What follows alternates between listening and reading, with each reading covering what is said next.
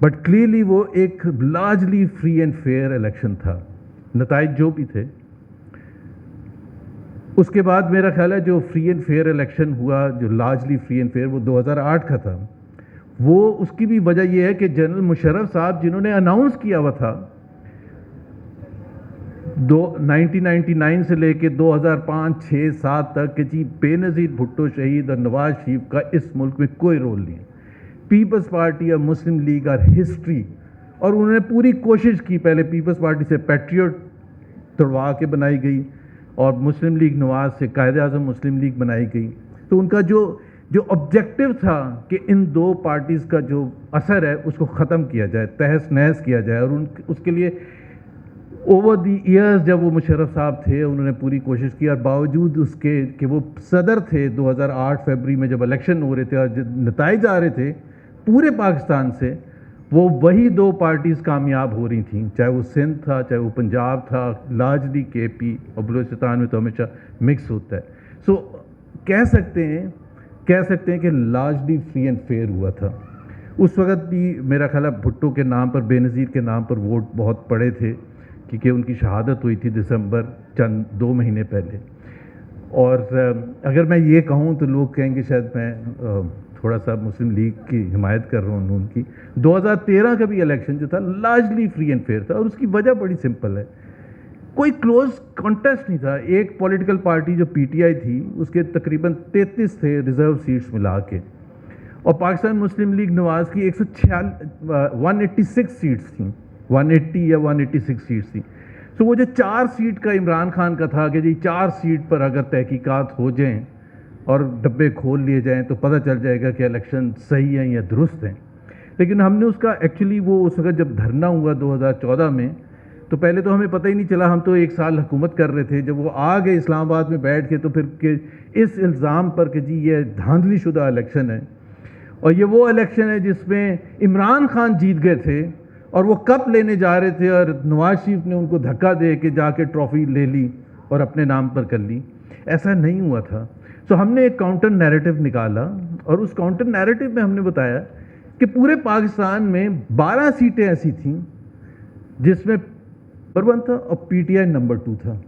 تو 12 سیٹوں پر تو آپ کا گلا شکوہ بن سکتا ہے، اور اس میں سے یہ 6 ایسی تھیں جس میں لاکھ ووٹس کا ڈفرنس تھا، مطلب مارجن واز سو بگ کہ آپ اس میں کیا جو بھی آپ کہہ سکتے ہیں۔ تو اس وجہ سے میں کہتا ہوں 2013 کا، اور میں تھوڑا سا اس وقت انوالو ہو چکا تھا، الیکشن سیل کا حصہ تھا مسلم لیگ کا، سو میں نے کلوز رینج میں بھی دیکھا کہ ہم جو خود سروے، میں خود پرسنلی بیکاز میں ان نون تھا، میں لاہور میں تھا، میں جا کے عمران خان ورسز ایاز صادق کا جو حلقہ تھا وہاں سروے کیا، بہت سے دوسرے جو بیٹل گراؤنڈ کانسٹیٹوئنسیز ہم نے ڈیفائن کی تھی پورے پنجاب میں، بیکاز ظاہر ہے فیصلہ تو وہیں ہوتا ہے جی ٹی روڈ پر۔ تو وہاں سرویز جو ہم نے کیا تھا وہ بالکل ہمارے اس کے مطابق ہی آ رہے تھے ریزلٹس۔ 2018 کا جس کو ہم ڈسپیوٹڈ کہتے ہیں، اور بائی اینڈ لارج پاکستان میں ایک ڈسپیوٹڈ سمجھا جاتا ہے، اس میں بڑی کلوز کال تھی۔ اگر آپ الیکشن ریزلٹس اٹھا کے دیکھیں، باوجود اس کے کہ میاں نواز شریف کو سزا ہو چکی تھی، مریم نواز کو سزا ہو چکی تھی، کیسز بن چکے تھے، ڈسکوالیفیکیشن ہو چکی تھی، توڑ پھوڑ ہو چکی تھی پارٹی میں، جو پورے پنجاب میں جب ڈبے کھلے اور کاؤنٹ جو ہوئے، وہ مسلم لیگ نواز کے ووٹ زیادہ تھے پنجاب میں، سیٹیں زیادہ تھیں پنجاب میں۔ سو اس وجہ سے گلا شکوہ ظاہر سی بات ہے ہو بھی سکتا ہے کہ جی اتنے کلوز کال میں اور اتنے ایسا الیکشن جس میں ظاہر سی بات ہے اس وقت کی اسٹیبلشمنٹ جو تھی ان کا پرسنل انٹرسٹ تھا کہ جی وہ عمران خان کو آگے لے کے جائیں۔ لیکن میں یہاں یہ ضرور کہنا چاہتا ہوں، اور خاص طور پر مظہر یہ جو ٹی وی ٹاک شوز میں بھی بات ہوتی ہے، چونکہ آپ بھی اس میں ہوتے ہیں، یہ کوئی جسٹیفیکیشن نہیں ہے کہ 2018 میں جو ہوا تھا اس کو جسٹیفائی کریں آج کے۔ I don't think so. یہ اتنی ایک ایسی دلیل دی جاتی ہے کہ ایکسیپٹ کیا جاتا ہے کہ جی اب سب کچھ غلط ہو رہا ہے، لیکن 2018 میں بھی تو ہوا تھا۔ 2018 میں ہوا تھا تو 2018 میں کہنا چاہیے تھا۔ اصل فائدہ پاکستانی عوام کو اس وقت ہوگا جب وہ آج یہ کہیں گے کہ یہ غلط ہو رہا ہے، اگر ورنہ کوئی فائدہ نہیں ہے۔ اگر آپ پچھلی اسٹیبلشمنٹ کو جتنا مرضی مشرف صاحب کو کہہ لیں، باجوہ صاحب کو کہہ لیں، اس سے کیا فائدہ ہے؟ ہاں ہسٹوریکلی ٹھیک ہے، ریکارڈ کی درستگی کے لیے صحیح ہے، لیکن پاکستان کے عوام کو اس وقت فائدہ ہوگا جب آج جو ہو رہا ہے اس کو آپ غلط کریں اور موازنہ نہ کرنے کی کوشش کریں کہ 2018 میں ہوا تھا تو اس لیے وجہ سے آج یہ سب ہونا چاہیے. یہ میرا خیال ہے یہ ایسی عجیب سی دلیل ہے. اور میرے بہت چاہنے والے ایسے جو ہیں جس کو آپ کہہ سکتے ہیں اینٹی اسٹیبلشمنٹ وہ ہیں, لیکن وہ اینٹی عمران اتنے زیادہ ہیں کہ وہ کہتے ہیں نہیں اس وجہ سے ہمیں کہنا ضروری ہوتا ہے, کیونکہ اگر ہم یہ نہیں کہیں گے تو پھر تو آج ہم اس کا عمران کا ریوائول کی اس کی راہ ہموار کریں گے. اب مسئلہ یہ ہے کہ یا تو آپ جمہوریت کو ایز اٹ از مانیں, یا تو آئین کو ایز اٹ از مانیں یا نہیں مانیں. یہ تو نہیں ہو سکتا پک اینڈ چوز کرنا. پھر تو ایک ملٹری ڈکٹیٹر میں اور ایک جمہوریت پسند میں کیا فرق ہے؟ ہر دور کا ایک ولن رہا ہے. اگر آپ 1977 کے بعد کا دیکھیں پیریڈ, بھٹو صاحب was a villain for the people who were pro establishment, اور اس کے بعد بے نظیر شہید ولن بنی, پھر نواز شریف ولن بنے, پھر ہر دور میں ایک رہا ہے. سو آج کے دور میں بھی ایک ولن ہے. وہ کس وجہ سے ہے, اس کا کیسے ٹھیک ہو سکتا ہے؟ میں کہتا ہوں رول آف لا آئین کے مطابق ڈیل کرنا چاہیے, چاہے وہ 9 مئی کا کیس ہے یا کوئی اور کیسز ہیں. لیکن یہ نہیں ہو سکتا کہ آپ جمہوریت کو برے طریقے سے نقصان پہنچا کے آپ سمجھیں کہ اس سے جمہوریت کا آغاز ہوگا. ایسا نہیں ہو, نہ پہلے ہوئے 50-60 سال میں, نہ آئندہ ہوگا. سو 2017 میں تو خود اس وقت ریسیونگ میں خود اس وقت ریسیونگ اینڈ پر تھا. تو اس وقت ہمیں بتایا جاتا تھا کہ نواز شریف کس قسم کے آدمی ہیں. تو میرا خیال ہے کہ آج جس طرح سے بتایا جاتا ہے کہ عمران خان کتنے خراب آدمی ہیں, تو let the people of Pakistan decide, یعنی کہ ان کو الیکٹ کرنے دیں جس کو ان کی مرضی ہے, اور بھرپور طریقے سے سب حصہ لیں اور فائنل رزلٹ عوام پر چھوڑ دیں. Thank you very much.